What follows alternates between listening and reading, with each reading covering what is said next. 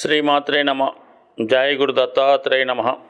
ఈ వీడియోలో మనం అక్టోబర్ 16 నుంచి 30వ తారీఖు మధ్యలో జరగబోయే పక్షఫలాలు మేషరాశి వారికి ఏ విధంగా ఉండబోతున్నాయి అని పరిశీలించినప్పుడు, మరి ఈ పక్షంలో ముఖ్యంగా మేషరాశి వారి గ్రహస్థితి పరిశీలించినప్పుడు గురుగ్రహ అనుకూలత గతంలో కన్నా మరీ ఎక్కువ బలాన్ని పుంజుకొని ధనస్థానం అందున్నటువంటి గురు భగవానుడు రాశి అందు కూడా తన ప్రభావాన్ని చూపడం వల్ల జాతకుడు తన నడవడికలో మార్పు వస్తుంది.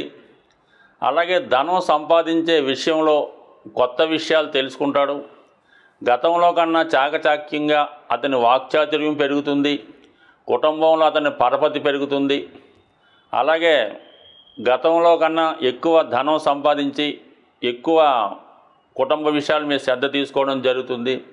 ముఖ్యంగా వివాహానికి సంబంధించినటువంటి ప్రయత్నాలు ఈ సమయంలో ఫలించే అవకాశం ఉంటుంది.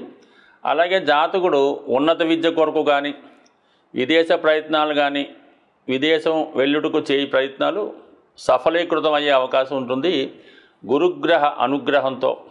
అలాగే ఇదే సమయంలో ఏదైనా కొత్త వ్యాపారం ప్రారంభించడం కానీ అదనపు ఆదాయం కొరకు కొత్తగా ఏదైనా ప్రయత్నం చేయడం కానీ ఈ సమయంలో చేసే ప్రయత్నాలు కలిసి వచ్చే అవకాశాలు ఎక్కువగా ఉన్నాయి. అలాగే జాతకుడు తన యొక్క ఆధ్యాత్మిక చింతన పెరుగుతుంది, దైవభక్తి పెరుగుతుంది.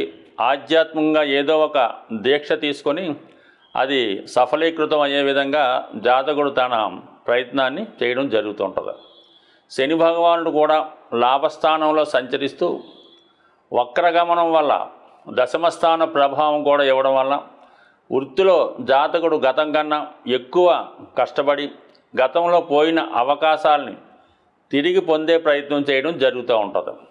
సో అలాగే తన వ్యాపార అభివృద్ధి కొరకు ఏదైనా కొత్త వాహనాన్ని కొనుక్కోవడం కానీ కొత్తగా స్టాఫ్ని నియమించుకోవడం కానీ అనుభవజ్ఞుల సలహాలు తీసుకొని ఆ విధంగా జాతకుడు ముందుకెళ్ళే అవకాశం ఉంది. ఏదైనా గతంలో ఆగిపోయినటువంటి ప్రయత్నాలు తిరిగి పునఃప్రారంభమై జాతకుడి యొక్క ఆదాయం కూడా గతంలో కన్నా ఎక్కువ పెరుగుతుంది. అలాగే జాతకుడు కూడా గతంలో కన్నా ఎక్కువ కష్టపడడం జరుగుతూ ఉంటుంది. ముఖ్యంగా మరి ప్రస్తుతం 6వ స్థానంలో సంచరిస్తున్నటువంటి రవి భగవానుడు సుమారుగా 17వ తారీఖు వరకే 6వ స్థానంలో సంచరిస్తూ జాతకుడికి ఏదైనా ప్రభుత్వ సంబంధించిన వ్యవహారాల్లో ప్రభుత్వ కార్యాలయాల్లో ఏమైనా పనులు జరగవలసి ఉంటే ఈ సమయంలో జరిపించుకోవడం మంచిది. అయితే ఇంచుమించుగా ఆగస్టు 15న రవి సంక్రమణం జరగబోతుంది తులారాశిలోకి. అక్కడ ఉన్నటువంటి బుధగ్రహంతో కలియడం వల్ల ఒక విధమైనటువంటి బుధాదిత్య యోగం మళ్ళా ఏర్పడడం వల్ల జాతకుడు తన ఆలోచన సరళిని మార్చుకుంటాడు. విద్యార్థులకి నూతన అవకాశాలని తెచ్చిపెట్టడం జరుగుతూ ఉంటుంది. అలాగే కొంతవరకు వ్యాపార భాగస్తులతో కానీ జీవిత భాగస్వామితో కానీ కొన్ని విభేదాలు వచ్చే అవకాశాలు ఈ సమయంలో కనబడుతున్నాయి. కాబట్టి ఏదైనా మిమ్మల్ని మీ ప్రత్యర్థులు అధిగమించే ప్రయత్నం చేస్తారు. అలాగే మీ జీవిత భాగస్వామి మిమ్మల్ని డామినేట్ చేసే ప్రయత్నం జరుగుతూ ఉంటుంది. అయితే అష్టమ శుక్ర ప్రభావం ఏంటంటే మీకు భార్య ద్వారా కలిసి వస్తుంది. అలాగే మరి ధనాధిపతిగా ఉన్నటువంటి శుక్రుడు సుమారుగా ఈ నెలంతా కూడా అష్టమ స్థాన సంచారం వల్ల జాతకుడికి ఆకస్మిక ధనలాభం ఏర్పడుతుంది. ముఖ్యంగా మీ దగ్గర ఉన్నటువంటి స్థిరాస్తులు భూములు విలువ గతంలో కన్నా ఎక్కువ పెరగడం వల్ల మీ యొక్క అసెట్స్ వాల్యూ పెరుగుతుంది. అలాగే మార్కెట్లో మీ యొక్క గుర్తింపు గౌరవం కూడా పెరిగే అవకాశం ఉంటుంది. సో అలాగే ఆదాయంలో వచ్చే మార్పు మీకు చాలా ఆశ్చర్యాన్ని కలిగిస్తుంటుంది. విశేషంగా చాలా వరకు గతంలో కన్నా ఎక్కువ అభివృద్ధి ఈ భూములు స్థిరాస్తి వ్యాపారం చేస్తున్న వాళ్ళకి వచ్చే అవకాశం చాలా బలంగా ఉంది. ఏదైనప్పటికి కూడా మరి రవి బుధ శుక్రగ్రహాల అనుకూలత అలాగే గురుగ్రహ అనుకూలత చాలా జాతకుడికి కలిసి వచ్చే అంశంగా ఉంది. ముఖ్యంగా కుజుడు ఈ నెల 20వ తారీఖు వరకు 3వ స్థానంలో సంచరిస్తూ ఉపచయ స్థానంలో సంచరించడం వలన జాతకుడు తన అభివృద్ధి కొరకు చేసే ప్రయత్నాలు ఫలిస్తాయి. అలాగే మీకు ఈ ప్రయత్నంలో మీ సహ ఉద్యోగులు కానీ సహ వ్యాపారస్తులు కానీ మీకు అన్ని విధాలా సహకరించి మీ అభివృద్ధికి సహకరిస్తూ ఉంటారు.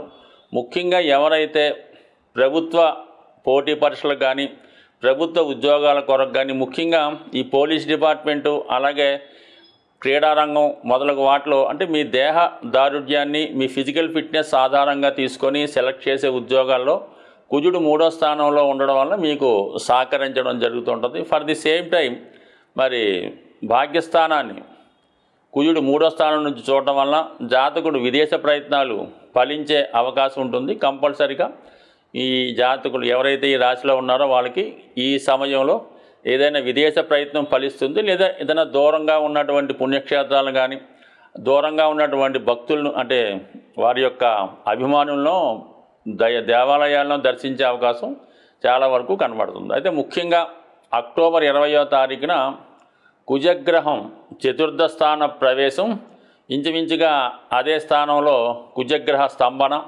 అలాగే కుజుడు వక్రించడం సుమారుగా అటు ఇటుగా 110 రోజులు వెనక ముందు ఉండే అవకాశం ఉంటుంది.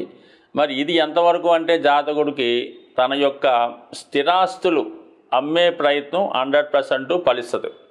ఎందుకంటే అష్టమాధిపతిగా కుజుడు చతుర్థ స్థానంలో వీక్ అవ్వడం వల్ల జాతకుడికి స్థిరాస్తికి సంబంధించిన వ్యవహారాల్లో ఏమైనా ప్రాబ్లమ్స్ రావడం కానీ స్థిరాస్తి అమ్మే ప్రయత్నం చేయొచ్చు. అలాగే తన యొక్క ఆస్తులు ఏదో విధంగా కబ్జాకి గురవడమో, ఇతరుల దాని మీద కన్నేసి మిమ్మల్ని ఏదో విధంగా ఇబ్బంది పెట్టడమో, లేదంటే మీ ఆస్తి ఇతరుల స్వాధీనం చేసుకోవడమో, ఇటువంటి ఇబ్బందులు వచ్చే అవకాశం ఉంది. కాబట్టి ఇంచుమించుగా మీకు అక్టోబర్ 20 తర్వాత అది ఒక అటు ఇటుగా 110 రోజులు ఖచ్చితంగా జాతకులు వారి యొక్క స్థిరాస్తులు జాగ్రత్త పెట్టుకునే విషయంలో జాగ్రత్త వహించాలి.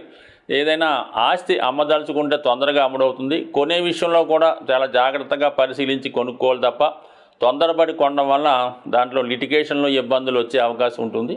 అలాగే వృత్తిపరంగా అనుకోకుండా వృత్తి మారడం కానీ వృత్తిలో ఇబ్బందులు ఎదురవడం కానీ జరిగే అవకాశం ఉంది. కాబట్టి ఏదైనా తొందరపాటు నిర్ణయాలు తీసుకోకుండా సావధానంగా అన్నీ పరిశీలిస్తే ఖచ్చితంగా మీ యొక్క అన్ని సమస్యలకి పరిష్కారం దొరుకుతుంది. కాబట్టి ఏదైనా ఓర్పుతో సహనంతో వ్యవహరించండి. సాధారణంగా ఈ పక్ష ఫలితాలు ఫాలో అవుతున్న వారికి ఏదైనా కష్టపడి సాధించవలసి ఉంటుంది. అలాగే మన జన్మ జాతకంలో మీరు పుట్టినప్పుడు ఉన్నటువంటి స్థితిని బట్టి కూడా మన యొక్క గోచారం నడుస్తూ ఉంటుంది. అంటే కేవలం మేము చంద్రుడిని ఆధారంగా చేసుకొని చంద్రుడికి వివిధ భావాల్లోకి వచ్చిన గ్రహాల స్థితిని ఆధారంగా మీకు ఈ వార ఫలాలు కానీ పక్ష ఫలితాలు కానీ చెప్పడం జరుగుతూ ఉంటుంది. అయితే కేవలం చంద్రుని బట్టే కాకుండా మరి పాశ్చాత్యులు సూర్యుని బట్టి చెప్తూ ఉంటారు. అలాగే లగ్నం బట్టి చెప్పాలని కొందరు భావం. ఈ విధంగా ఒక 3 మెయిన్ రాశులు అంటే ఇక్కడ లగ్నం, అలాగే సూర్యరాశి, అలాగే చంద్రరాశి నుంచి ఈ గోచారం కానీ జాతకం కానీ విశ్లేషణ చేయవలసి ఉంటుంది. సో ఇవి వారు ఉన్న ప్రాంతాల నుంచి వారి యొక్క నివసిస్తున్నటువంటి ప్రాంతాలను బట్టి గోచారం కానీ జాతకం కానీ నడుస్తూ ఉంటుంది. ఒకప్పుడు మనకి అమెరికాలో ఎవరైనా కూడా కంపల్సరిగా ఏ స్టూడెంట్ అయినా ఉద్యోగం చేసుకుంటూ బ్రహ్మాండంగా సంపాదించేవారు. మరి ప్రస్తుత పరిస్థితుల్లో సుమారుగా 3 నెలలు బట్టి అమెరికా నుంచి మాకు ఏ ఫోన్ వచ్చినా కూడా అది కేవలం ఉద్యోగం గురించే, ఉద్యోగం పోయిందనో, ఉద్యోగం దొరకటం లేదనో, ఉద్యోగం రావటం లేదనో అన్న వార్త మనకి కేవలం ప్రస్తుత అనుభవం బట్టి జరుగుతుంది.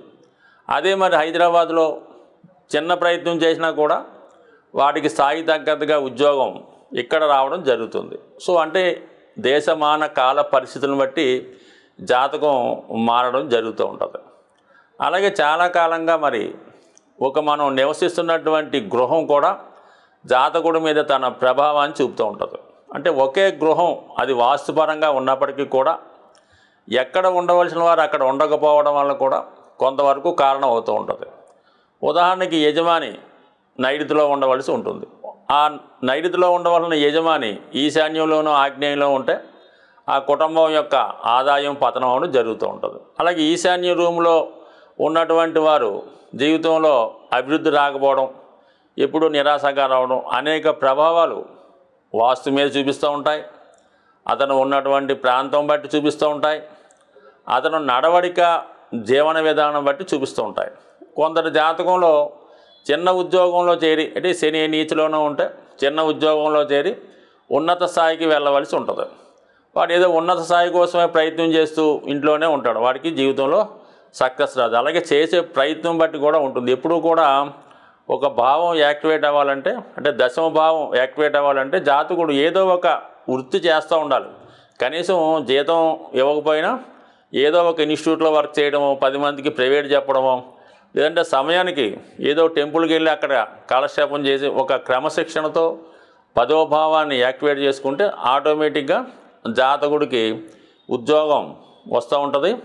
అది ఏ ప్రయత్నం లేకుండా ఇంట్లో ఉంటే దశమ భావం నిద్రపోతూ, చతుర్థం యాక్టివేట్ అయితే దశమం నిద్రపోతూ ఉంటుంది. దానివల్ల జాతకుడికి వచ్చిన అవకాశాలు కూడా రావు, ఇంటర్వ్యూలో కూడా విజయం సాధించకూడదు. అది ఒక విధంగా ఏంటంటే మనం ఏ భావాన్ని యాక్టివేట్ చేస్తే ఆ భావ ఫలితాలు మనకు తొందరగా వస్తాయి. కాబట్టి మన ఉద్యోగం కోసం ప్రయత్నం చేయడం, సో ఏమి అక్కర్లేదు. పొద్దున్నే 10 గంటలకి ఇంట్లో బయలుదేరి అది సర్టిఫికేట్లు తీసుకొని ఏదో అలాగా ఓ ఫ్రెండ్ దగ్గరకో ఇంకోటి దగ్గరికి వెళ్ళి ఏదో ఉద్యోగాలు ఉన్నాయా, ఎక్కడ ఉన్నాయి, ఏంటి అవకాశం, అలాంటి ప్రయత్నం చేయడం వల్ల ఏదో ఒక ఉద్యోగం అనేది కంపల్సరీగా వస్తుంది తప్ప ప్రయత్నం లేనిదే ఏది కూడా జరగదు. ఆ భావాన్ని యాక్టివేట్ చేస్తే ఖచ్చితంగా జాతకుడికి ఉద్యోగం రావడం జరుగుతుంది.